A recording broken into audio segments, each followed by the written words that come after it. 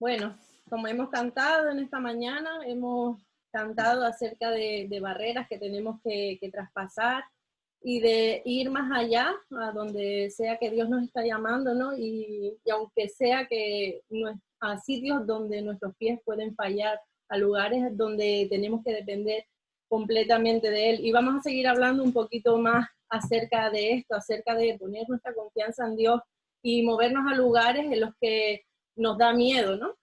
Vamos a ir a Josué, capítulo 3, versículos 14 al 16.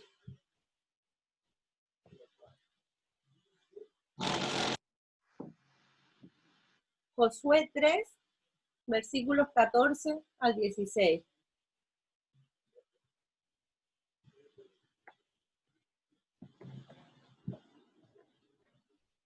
Dice: Entonces los israelitas salieron del campamento para cruzar el Jordán, y los sacerdotes que llevaban el arca del pacto iban delante de ellos.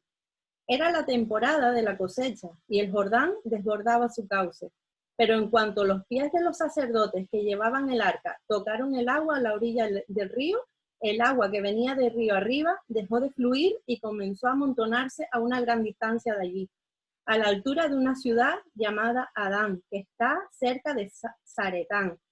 Y el agua que estaba río abajo desembocó en el Mar Muerto, hasta que el lecho del río quedó seco. Después todo el pueblo cruzó cerca de la ciudad de Jericó.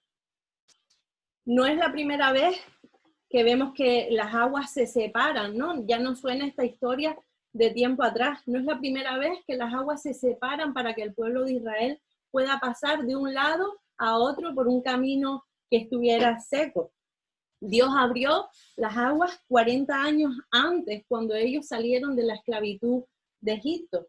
Pero este pueblo, que en esta ocasión acompañaba a Josué en la aventura de conquistar la tierra que Dios les había prometido, no eran el mismo pueblo. Era el mismo pueblo de Israel, pero no eran las mismas personas.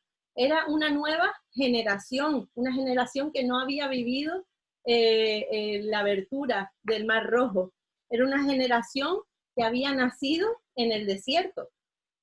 El Señor no le permitió la entrada a Canaán, la tierra prometida, a la generación que había salido de Egipto, porque esta generación constantemente se quejaban contra Dios, se quejaban de Él, pero en todo, y desobedecían. Ellos se rebelaron contra Dios, no queriendo entrar en la tierra prometida 2 años después de haber salido de la tierra de Egipto.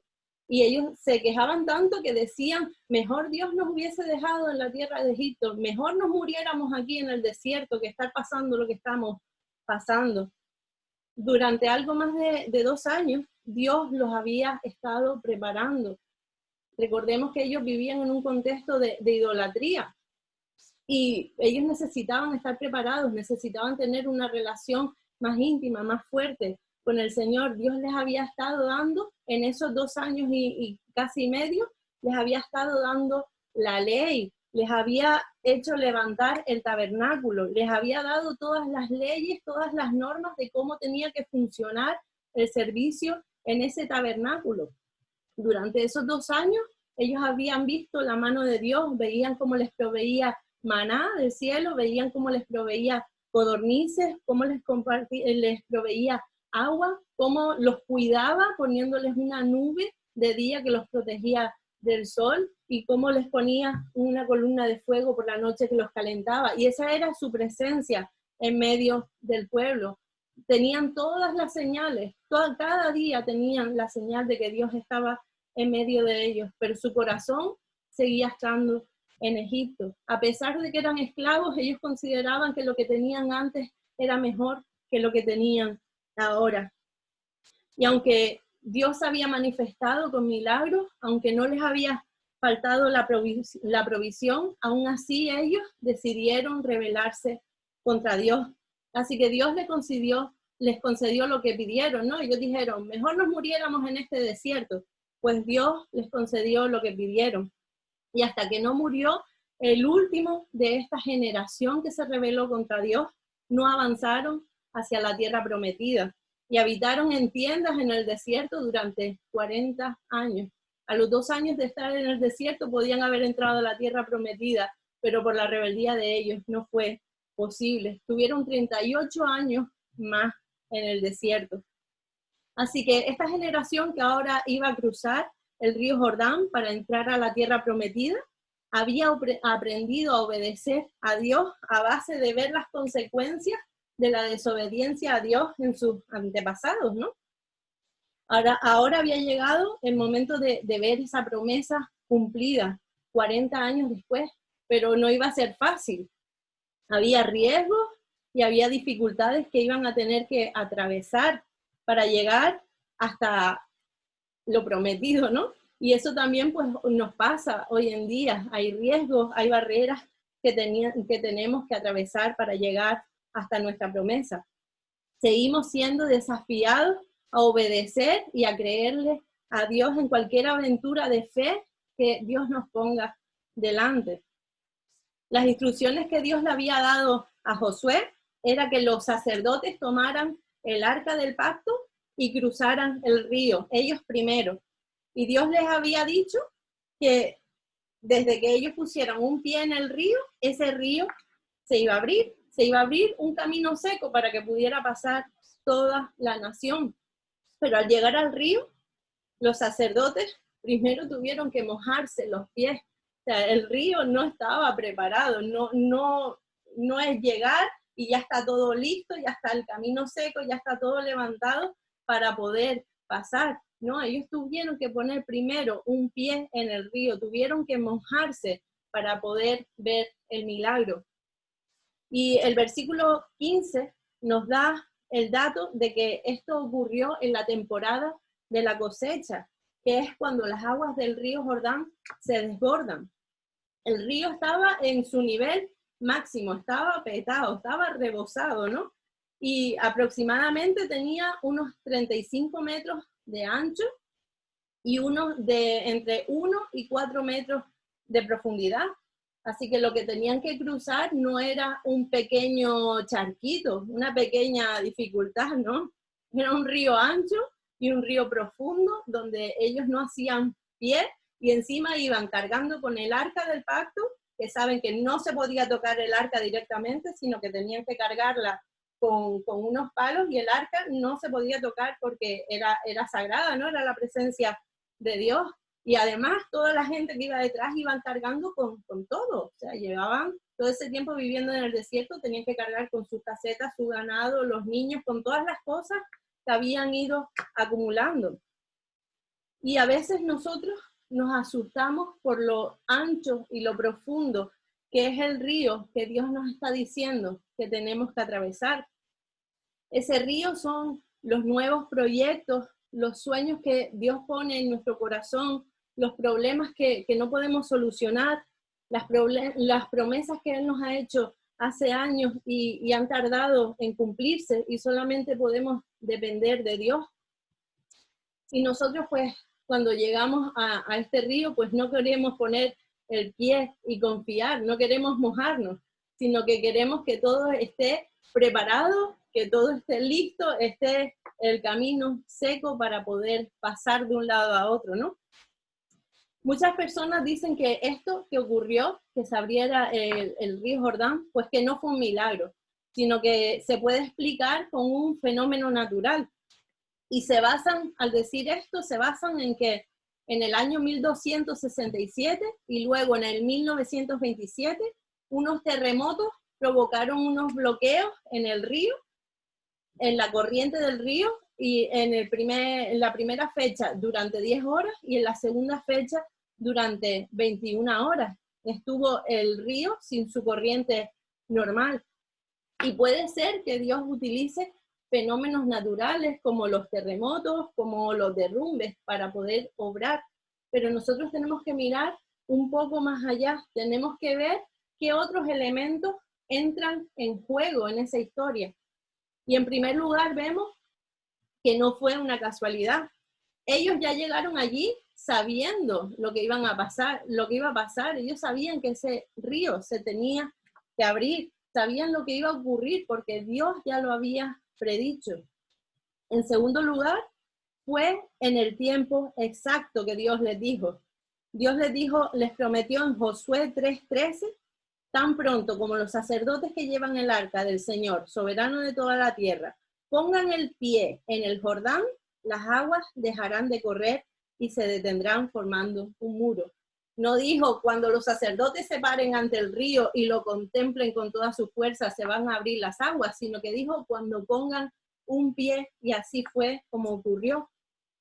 La tercera cosa es que el milagro ocurrió cuando el río estaba desbordándose, o sea, no podía ser más difícil. Viene a secarse el camino cuando el río está en su más alto nivel. En cuarto lugar, la muralla que se levantó de agua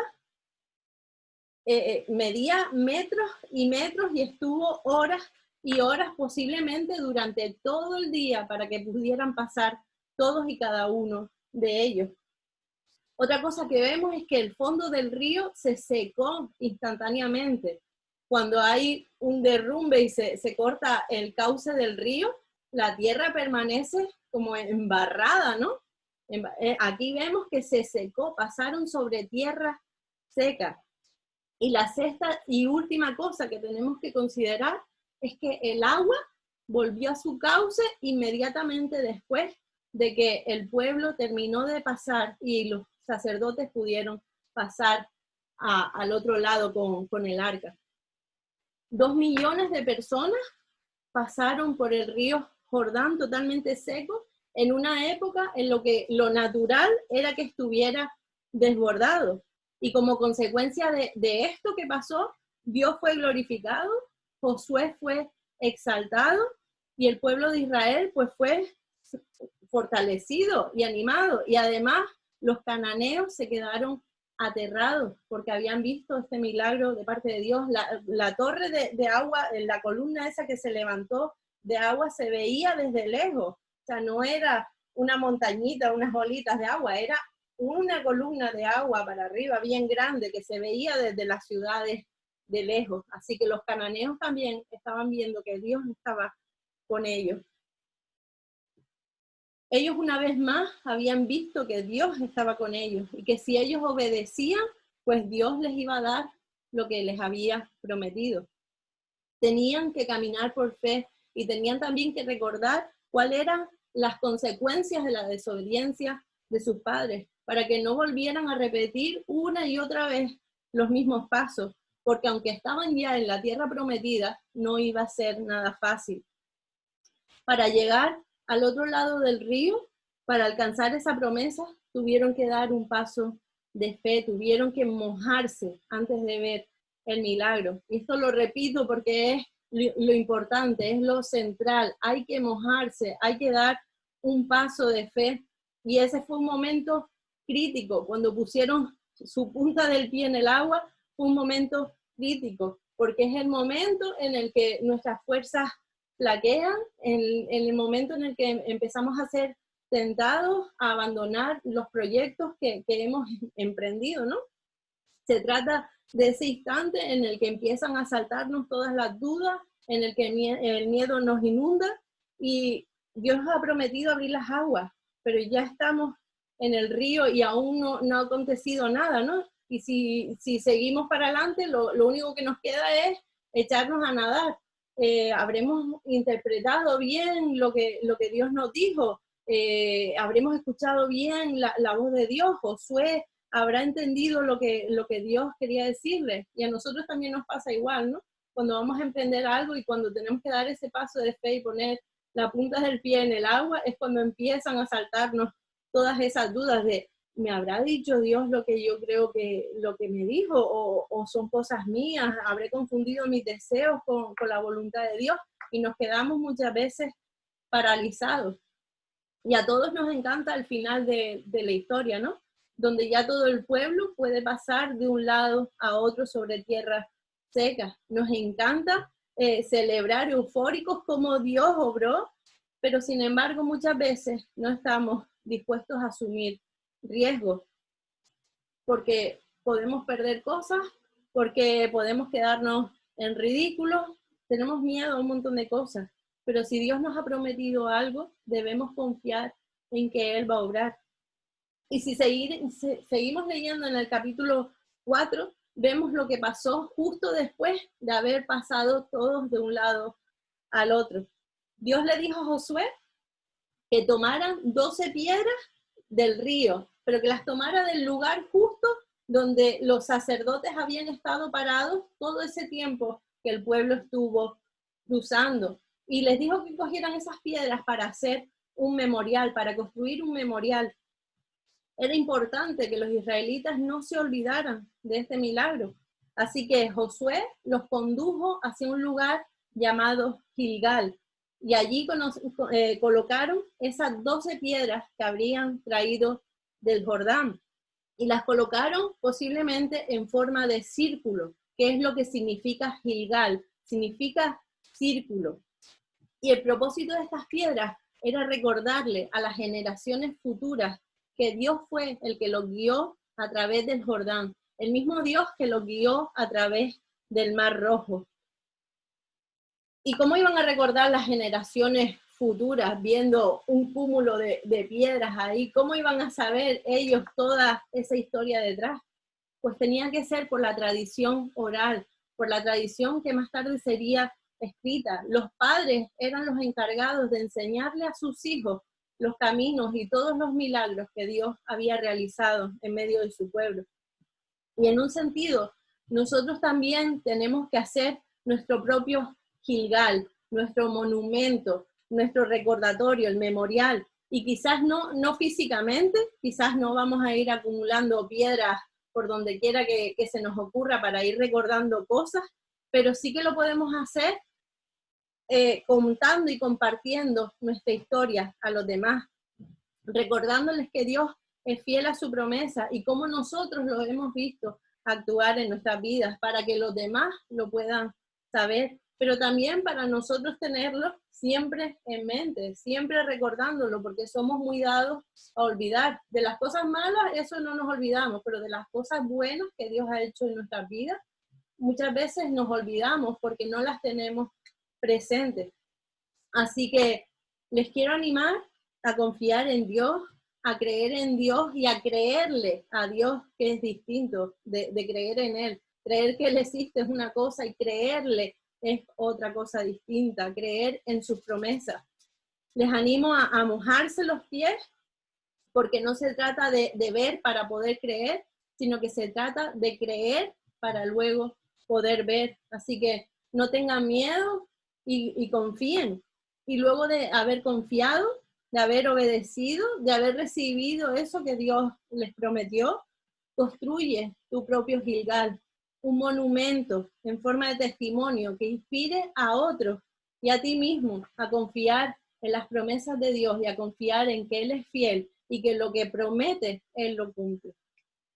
Así que vamos a cantar una canción que habla un poco acerca de esto, acerca de confiar en Dios aun cuando no podamos ver, aun cuando las montañas no se han movido, aun cuando... Espera que esto me está...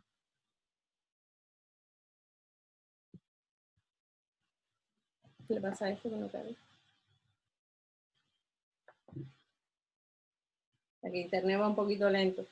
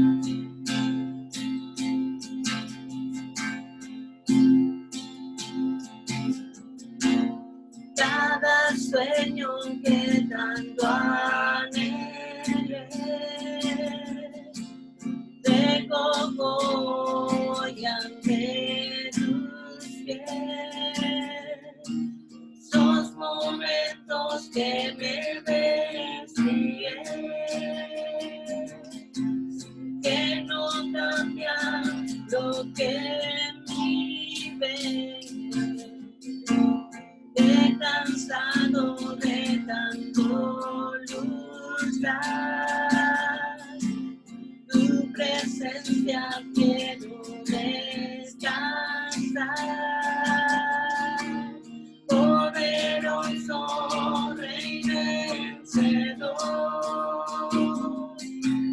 importa lo que tenga que sanar. Aun cuando no se mueven los montes frente a mí, aun cuando no se abren las aguas hoy aquí, aun cuando no hay respuesta de mi clamor a ti, confiaré, confiaré, confiaré en ti.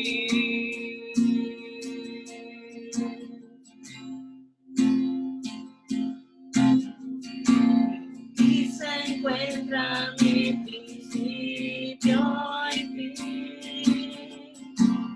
Día frente a mí que tú no ves. Todos de mi vida y respirar. No tu voluntad y nada más. Aun cuando no se mueven los montes frente a mí, aun cuando no se abren las aguas hoy aquí, aun cuando no hay respuesta de mi clamor a ti, confiaré, confiaré, confiaré en ti. Confiaré en ti.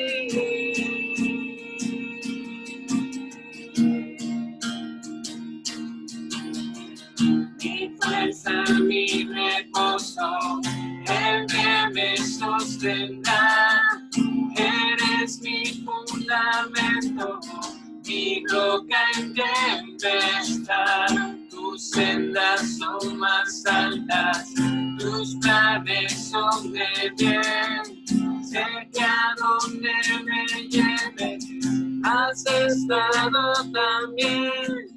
Aun cuando no se mueven los montes frente a mí, aun cuando no se abren las aguas hoy aquí, aun cuando no hay respuesta de mi clamor a ti, confiaré, confiaré, confiaré en ti.